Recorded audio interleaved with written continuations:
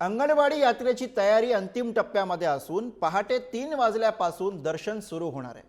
लाखो भाविक भराडी देवीच्या दर्शनासाठी येतात।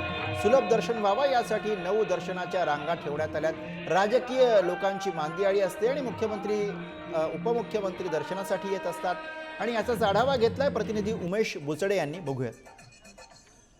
कोकणामध्ये सर्वात मोठी जत्रा मानलेली अंगणवाडी आई भराडी देवीची जत्रा। या भराडी देवीच्या जत्रेला आता हे अंतिम टप्प्यात आहे। उद्या सकाळी पहाटे 3 वाजल्यापासून दर्शनाला सुरुवात होईल। आपण पाहतो या मंदिर परिसरातील जो मंदिर परिसर आहे तो सुशोभीकरण केलेला आहे। मंदिराला फुलांच्या आरासाने सजवलेला आहे। पूर्ण विद्युत रोषणाई देखील केलेली आहे। मंदिर परिसरामध्ये भजन कीर्तनाचे कार्यक्रम सध्या आपण पाहतो आहोत आणि पहाटे 3 वाजल्यापासून ही मंदिर दर्शनासाठी रांगा सुरू होतील। 9 रांगा येथे अंगणवाडी कुटुंबियांचे करण्यात आले।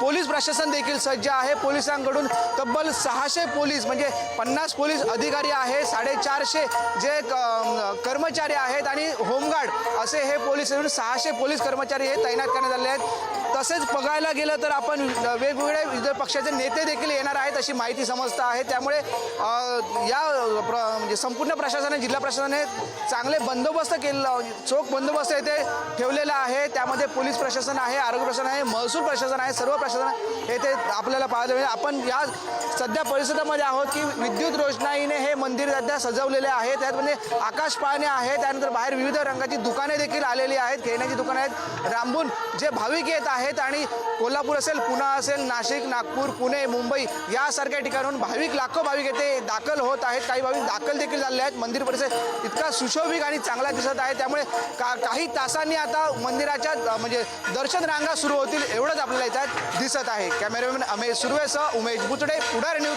सिंधुदुर्ग।